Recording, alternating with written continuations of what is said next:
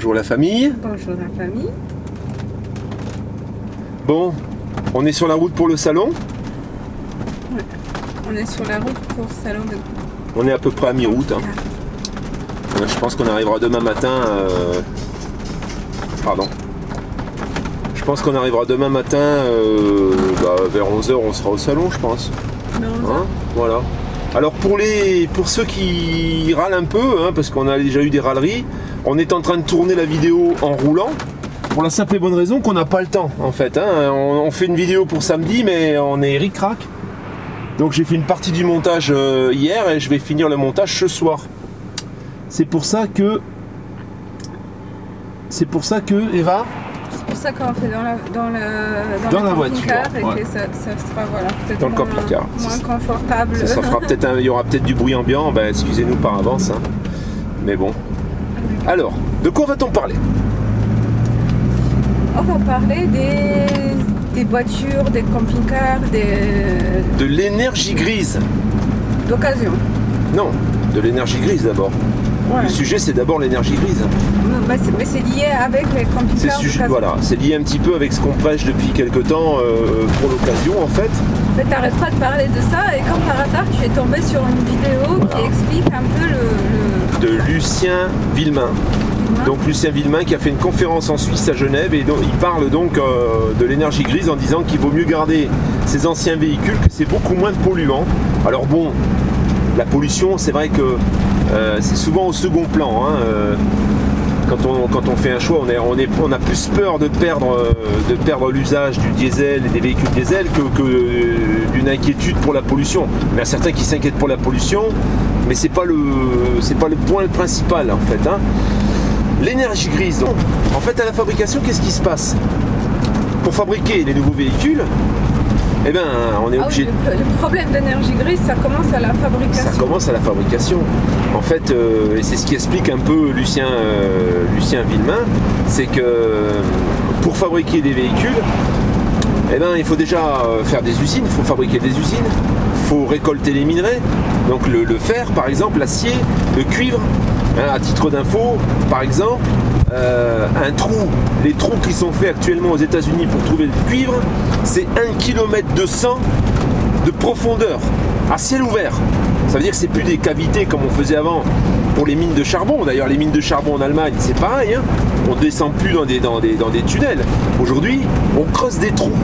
Une mine de charbon, c'est 500 mètres, entre 5 et 600 mètres pour pouvoir aller chercher du charbon. Parce que forcément, il faut toujours y aller de plus en plus bas. Le cuivre, 1200 mètres. 1200 mètres, des trous de 1200 mètres de profond. Alors pour faire tous ces trous, bien sûr, eh ben, c'est de l'énergie. Il a montré les machines pour faire ça, c'est incroyable. C'est hallucinant. C'est des monstres. Et rien que pour fabriquer ces machines, de nouveau, pour mettre en place une machine comme ça, tout ce qu'il y a comme déforestation, tout ce qu'il y a comme destruction de la planète, c'est impressionnant. Alors, ça c'est l'énergie grise. L'énergie grise, c'est tout ce qu'on ne voit pas, tout ce qu'on n'imagine pas en fait, et qui est mis en place justement pour fabriquer ce qu'on consomme, comme par exemple les camping-cars. À titre d'info, il n'y a pas que ça. Une automobile, on parle d'automobile, on ne parle pas de camping-car. Dans une automobile, il y a plus de 2 km de câbles électriques. 2 km, c'est énorme. 2 km de câbles électriques dans une voiture, je ne sais pas si vous vous rendez compte. 180 000 pièces composent un véhicule en moyenne, 180 000. Et dans ces 180 000 pièces, il y a des composants qui sont composés de plusieurs pièces justement. Donc on peut multiplier ces 180 000 par 2, voire quelquefois jusqu'à 4. C'est énorme. Dans un camping-car, ça doit être encore plus. C'est encore plus. Alors, on nous parle de réduction de la pollution en utilisant des véhicules électriques, par exemple. Rien que les batteries, déjà, pour récolter les minerais qui vont permettre de fabriquer le lithium ou pour faire tourner ces voitures électriques, c'est une pollution qui est considérable. C'est énorme. Alors, ce fameux Lucien Villemain donc, préconise de continuer à rouler avec les vieux véhicules. Parce que si on fait le ratio, si on fait la comparaison, c'est beaucoup plus écologique. C'est pas que les voitures, ça veut dire il encourage qu'on utilise tout ce qu'on a déjà fabriqué. Parce que chaque chose, la moindre des choses, les vêtements, les gadgets, tout ce qu'on fabrique, tout ce qu'on voit pour mettre en place que ça existe, cette pièce, la planète est détruite. Alors tout ce qu'il nous encourage à récupérer. À récupérer absolument tout ce qu'on peut récupérer et réutiliser. Hein, parce que, par exemple, le recyclage d'une automobile, on dit et on se vante qu'aujourd'hui on recycle 90% d'une voiture. On recycle que 90% du poids de la voiture. Ce qui veut dire qu'il y a tout ce qui n'est pas recyclable. Et tout ce qui n'est pas recyclable, où ça va? Eh bien ça va dans notre sol, ça va dans nos rivières, ça va dans la mer, ça va partout, ça pollue tout en fait. Alors, on continue sur ce rythme effréné et infernal de la surconsommation, du remplacement. On le voit bien, on veut avoir les derniers, mais on est tous là. Hein. Je veux dire, moi je suis pas exempt de ça. Hein. Le dernier téléphone, le téléphone devient obsolète au bout d'un an ou deux. De toute façon, s'il n'est pas obsolète, il tombe en panne, hein, puisque c'est fait pour. Hein. C'est ça, pas que les téléphones, mais la vaisselle, la plage, tout est programmé. Parce qu'ils sont aperçus que quand ils font des choses trop solides, bah, les gens ils consomment pas. Du coup, ils programment que les choses claquent au bout de 5 ans, 6 ans pour nous obliger à acheter, à faire de nouveau. C'est un cauchemar. C'est un cauchemar. Sur cette terre. Vous, votre lave-linge, en fait, il est dans votre buanderie. Vous tamponnez d'avoir le dernier lave-linge. Vous vous en pâtez la cacahuète. Le lave-linge, à partir du moment où il ne marche plus, bah, vous êtes bien obligé de le changer. Mais avant, le lave-linge, il durait 20 ans. On gardait les lave-linges 20 ans. Nos parents, ils ont connu des lave-linges qui étaient indestructibles et qui étaient réparables. Aujourd'hui, c'est plus réparable. Là, bah, j'ai un exemple que là, j'aime bien citer parce que là, c'est tout récent. Ma sœur, elle a une C4, une Citroën C4. Des bons modèles, là, qui étaient bien merdeux. Hein. Elle est allée au garage. On lui a dit, c'est la vanne EGR. La vanne EGR. Boum, on lui change la vanne EGR. 800 balles. Avec une pièce en plus. Je sais plus ce que c'était. La voiture, elle marchait plus. Quand elle l'a emmenée, la voiture, elle marchait super bien. Seulement, il y avait un voyant allumé. Donc, elle n'avait peur de ne pas passer le contrôle. Ce qui fait qu'elle est allée. On lui a changé tout ça. Ça lui a coûté 800 balles et après, ça marchait plus. Alors, elle a dit, attendez, hein, moi, si vous ne me réparez pas ça, j'ai quand même payé 800. Je veux que ma voiture, elle roule. Bah, ramenez-la, on va tout nettoyer à l'intérieur, ça doit être encrassé. Ils ont passé une journée à essayer de nettoyer. Ils ne sont pas arrivés, ça marchait toujours pas. Donc, il l'a emmené chez Citroën. Qu'est-ce qu'il a dit, Citroën? Ah, mais nous, on ne sait pas les réparer. Ah bah alors qu'est-ce qu'on fait alors? Bah, comme le lave-linge à la poubelle. Voilà, c'est tout. C'est une honte. Et tout ce que vous achetez aujourd'hui, eh ben c'est ça. Tout ce que vous achetez depuis maintenant peut-être une dizaine d'années, peut-être un peu plus récemment, hein, on a vraiment pris conscience, les constructeurs ont pris conscience que s'ils faisaient les choses trop solides, eh ben vous les garderez trop longtemps. Voilà. Et là maintenant avec ces systèmes anti-pollution, c'est irréversible. Les véhicules de collection comme on les connaissait avant, c'est fini. C'est terminé parce que les véhicules qui vont tomber en panne, ils tomberont en panne pour toujours. Par contre, là, il y a un autre problème qui naît, ce que tu dis. Il n'y a pas tout le monde qui est bricoleur, comme toi par exemple, qui sait réparer les voitures. Et ces gens qui ont des voitures d'occasion et qui se cassent et qu'ils investissent les pièces, à un moment donné, bah, ils en ont marre aussi. C'est un truc qui s'est mort la queue. C'est un système. Les gens qui sont au pouvoir sur cette terre, c'est ceux qui sont cupides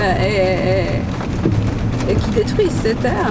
Ils ont bien tout ficelé, ils ont bien pensé qu'on est en fait piégé, comme dans le système, voilà. Pareil avec les voitures. On se fait enfler en fait tout le temps.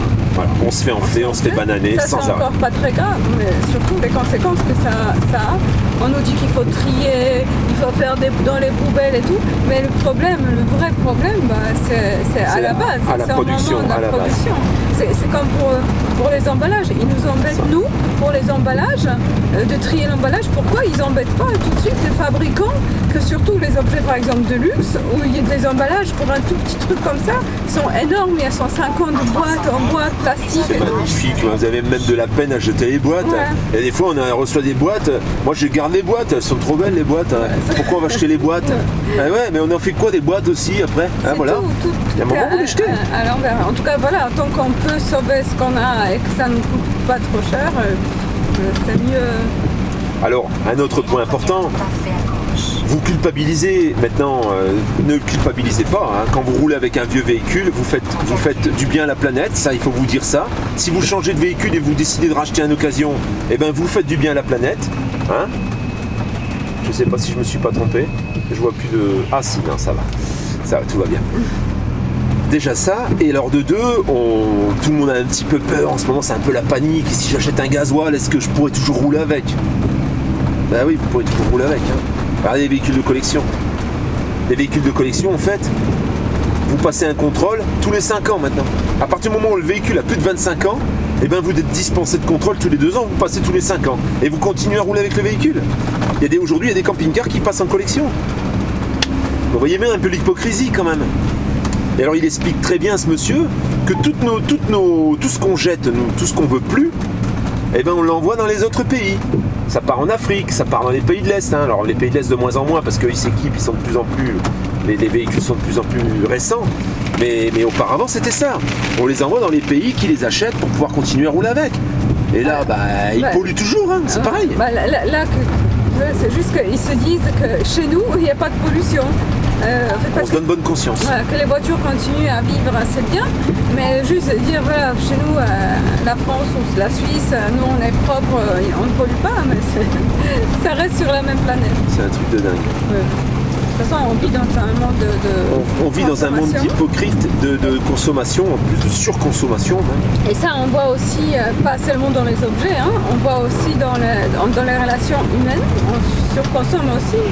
On voit dans les couples, on échange dès que ça ne va pas, au lieu d'évoluer, au lieu de travailler nos défauts par rapport à la personne avec qui on est, on change de partenaire. Voilà. Et on recommence le même problème, et on se sépare, et on voit une mieux. Ah, peut-être celle-ci, je serais plus heureux. Ah, peut-être celle-là. Au lieu de se... L'herbe est toujours plus verte ailleurs, comme on dit.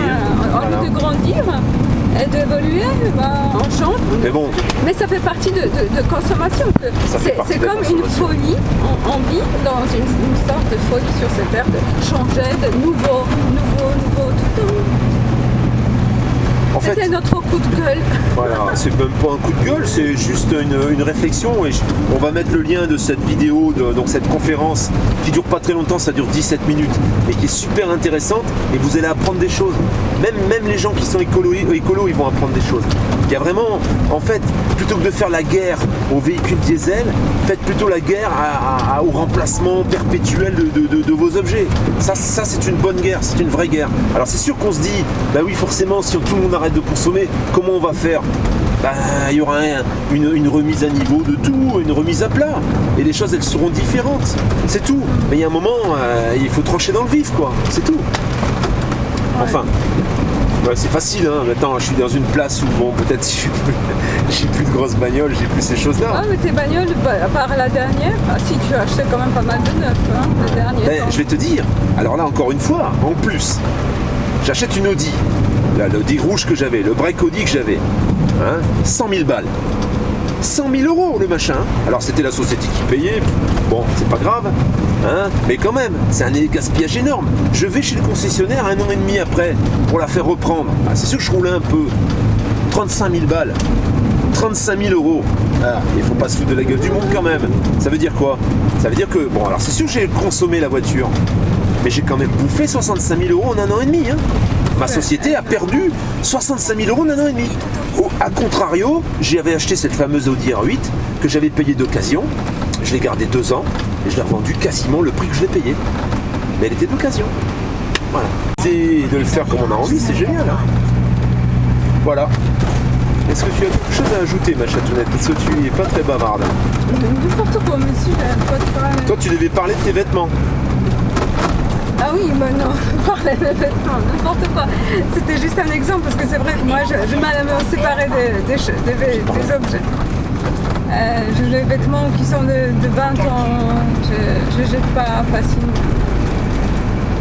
Alors si je me trompe et qu'en plus je change de route, alors là je suis parti vers... Tu t'es trompé? Ouais, c'était là qu'il fallait que je tourne. On parle et puis vous voyez, je fais des bêtises. Donc attends, 3 km là, je peux faire demi-tour, super. Alors voilà, juste voilà la petite, comment on peut dire ça? L'ordre du jour, la réflexion du jour. Petite prise de conscience. Après, ça n'empêche pas que c'est beaucoup plus agréable, je pense, d'être dans un véhicule neuf, dans un vêtement neuf, dans un appartement neuf. Tout est toujours plus agréable en neuf. C'est surtout cette vidéo, surtout pour pas culpabiliser, parce qu'on nous culpabilise tout le temps en fait, en nous disant c'est notre faute si la planète est polluée, parce que nos véhicules polluent. La vraie pollution, c'est pas les véhicules, hein. C'est les usines pour les fabriquer, les trous qu'on fait dans le sol pour pouvoir retirer les minerais qui sont rares. Le cuivre aujourd'hui, il y a un moment où le cuivre il s'achetait, les Chinois ils achetaient tout, ça valait un fric fou, hein. Bon. Bah, maintenant, ils ont trouvé des méthodes pour aller le chercher encore plus profond. Et à un moment, ils vont se retrouver en Chine s'ils continuent. Hein. Enfin, voilà. Voilà. Ne culpabilisons pas, faisons de notre mieux. Et Amen. puis voilà. Amen. Non? Amen. Amen. Inch'Allah, amen. Amen, ça veut dire que ça soit ainsi. Voilà, on peut dire aussi Inch'Allah. Et on peut dire aussi, comment c'est? Si Dieu le veut. Si Dieu le veut. Ah, bah, pourquoi pas aussi, hein, après tout. Alors il y en a qui vont me dire mais qu'est-ce qu'elle vient faire la religion là-dedans? Ça veut dire fois j'ai parlé de Macron, ils m'ont dit mais qu'est-ce qu'elle vient faire la politique? Tout était bien, sauf la politique. Mais bon, on rigole, hein. Moi la politique j'en fais pas et je m'en fous. Et voilà, la religion, c'est bon. Alors on vous souhaitera une très bonne soirée, une belle journée. Et puis on vous dit à tout bientôt. À tout bientôt, amusez-vous bien. Et puis ben là, à l'heure d'aujourd'hui, à l'heure de maintenant qu'on est en train de faire cette vidéo, et ben pendant que vous la regardez, nous on est au salon. Voilà, on a plus de pied à l'heure qu'il est parce que là c'est 19h. Donc je peux vous dire que là on a plus de pied, on est mort quoi. Hein. Oh, il y a quelque chose qui est tombé. L'échelle qui est tombée. On a biché un peu tout le monde nous a lavé en nous faisant la bise. Et puis voilà quoi. Hein? C'est ça. Hein? Alors, on vous dit à tout bientôt. À tout bientôt. Bye bye. Ciao ciao.